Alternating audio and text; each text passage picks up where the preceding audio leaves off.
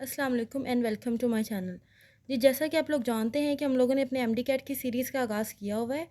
इसके first lecture में हम लोगों ने डिस्कस किया था बायोडाइवर्सिटी, वायरसेस की डेफिनेशन, और उसके अलावा हम लोगों ने वायरसेस की हिस्ट्री पढ़ी थी और उसकी क्लासिफिकेशन पढ़ी थी। वायरस जो है वहाँ उसकी हमारे पास थ्री टाइप्स हैं, तीन क्लासिफिकेशन हैं उसकी: होस्ट, जीनोम और मॉर्फोलॉजी। होस्ट और जीनोम को हम लोगों ने कल डिस्कस कर लिया था। आज हम लोग इसके बारे में डिस्कस करेंगे, मॉर्फोलॉजी के बारे में। तो हम लोग चलते हैं अपने लेक्चर की तरफ।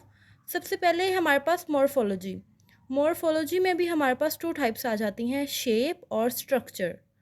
तो मॉर्फोलॉजी की शेप सबसे पहले हम लोग पढ़ेंगे। शेप में हम लोग देखेंगे तो कि वायरस कितने शेप्स के होते हैं, कितनी फॉर्म्स के होते हैं, और उनके आगे मज़ीद कितनी सब डिवीजन्स हैं।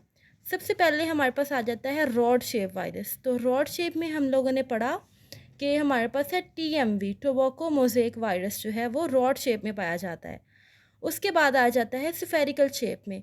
स्फेरिकल शेप में हमारे पास वायरसेस जो प्रेजेंट होते हैं वो है पोलियो, एचआईवी और इन्फ्लुएंजा वायरस, जो है वो हमारे पास स्फेरिकल शेप में प्रेजेंट होते हैं। नंबर थर्ड पे आ जाता है टैडपोल। टैडपोल जो है वो हमारे पास क्या होता है, बैक्टीरियोफेजिस होते हैं।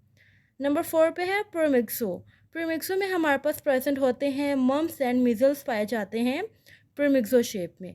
उसके बाद आ जाता है बुलेट। तो बुलेट में हमारे पास रेबीज़ वायरस प्रेजेंट होते हैं। ये इसकी क्लासिफिकेशन थी शेप्स की, जो हम लोगों ने पढ़ ली।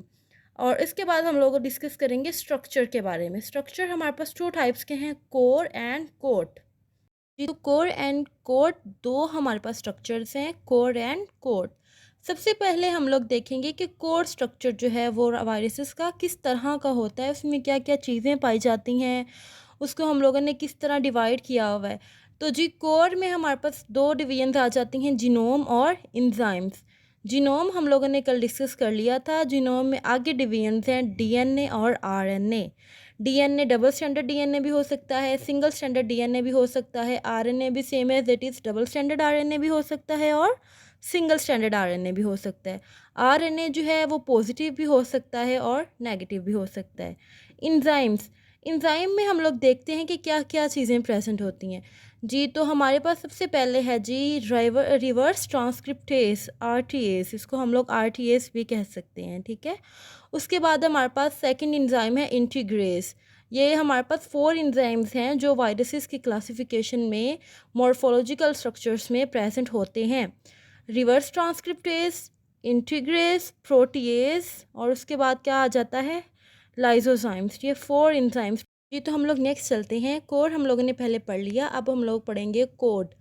कोड में भी आगे हमारे पास दो डिवीजन्स हैं जी, इन्वेलप्ड और कैप्सिड। इन्वेलप किससे मिलकर बना हुआ होता है? इन्वेलप हमारे पास वायरसेस में लिपोप्रोटीन और होस्ट मेम्ब्रेन से मिलकर बना हुआ होता है, ठीक है। किससे? लिपोप्रोटीन और होस्ट मेम्ब्रेन से। जब से हमारे पास कैप्सिड है, कैप्सिड किससे मिलकर बना हुआ होता है? कैप्सोमेयर से। और कैप्सोमेयर्स क्या है? प्रोटीन्स हैं जी। तो इन्वेलप्ड में भी आगे हमारे पास देखते हैं जी, इन्वेलप्ड और नेक्ड, कौन कौन से ऐसे वायरसेस जो हैं जो इन्वेलप्ड हैं और कौन से हैं जो नेक्ड हैं।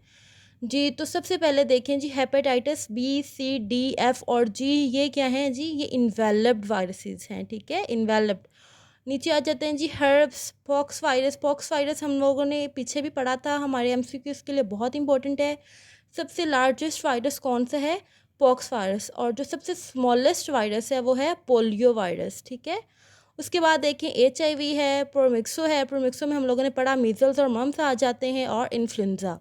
नेक्स्ट में हम लोग देखते हैं bacteriophages, polio virus. Polio virus जो है वो सबसे स्मॉलेस्ट वायरस है। उसके बाद आ जाता है हेपेटाइटिस ए प्लस ई। हम लोगों ने इन्वेलप में पढ़ा था, हेपेटाइटिस बी, सी, डी, एफ और जी प्रेजेंट होता है, जबकि हमारे पास नेक्स्ट में हेपेटाइटिस ए और ई प्रेजेंट होता है। ये आप लोगों ने एमसीक्यूज़ के लिए याद रखना है, इसके मुतालिक एमसीक्यूज़ पूछे जाते हैं। तो हम लोग आ जाते हैं कैप्सिड पे। कैप्सिड किससे मिलकर बना हुआ होता है जी? ये कैप्सोमेयर से मिलकर बना हुआ होता है। और कैप्सोमेयर्स क्या हैं जी? ये प्रोटीन्स होती हैं। कैप्सोमेयर में हम लोग देखते हैं जी हर्ब्स और अडीनो। हर्ब्स के अंदर 162 कैप्सोमेयर्स प्रेजेंट होते हैं, और अडीनो के अंदर कितने होते हैं? 252 कैप्सोमेयर्स प्रेजेंट होते हैं। तो शेप्स में हम लोग देखते हैं कि कैप्सिड्स की कौन कौन से शेप्स प्रेजेंट होती हैं, कौन कौन सी शेप्स में जो हैं वो वायरसेस प्रेजेंट होते हैं। एडिनो वायरस जो है वो पॉलीहाइड्रल शेप में प्रेजेंट होता है। टीएमवी वायरस जो है वो हेलिकल शेप में प्रेजेंट होता है। और आइकोसाहेड्रल वायरस जो है वो किस में, पॉलीहाइड्रोन शेप में, मतलब इसकी जो शेप है वो बहुत ज़्यादा कॉम्प्लेक्स होती है। उसके 20 फेसेस होते हैं, किसके, पॉलीहाइड्रोन के। ये कम्प्लेक्स वायरस होता है, ठीक है। ये आप लोगों ने एमसीक्यूज़ के लिए अच्छे से लर्न करना है। उसके बाद आ जाएँ जी, विरियंस क्या होते हैं। ये कंप्लीट वायरस इन्फेक्शियस एंटिटी है। विरियन जो है वो एक इन्फेक्शियस एंटिटी है, कंप्लीट वायरस है। उसके बाद आ जाते हैं विरियोइड्स क्या होते हैं। ये इन्फेक्शियस आरएनए मॉलिक्यूल्स हैं। इसको हम लोग क्या कहते हैं, डेल्टा विरियोइड्स भी कहते हैं, डेल्टा वायरस भी कहते हैं, क्योंकि ये इसमें जो इन्वेलप्ड है ये कॉज करते हैं, ये हेपेटाइटिस बी कॉज करते हैं।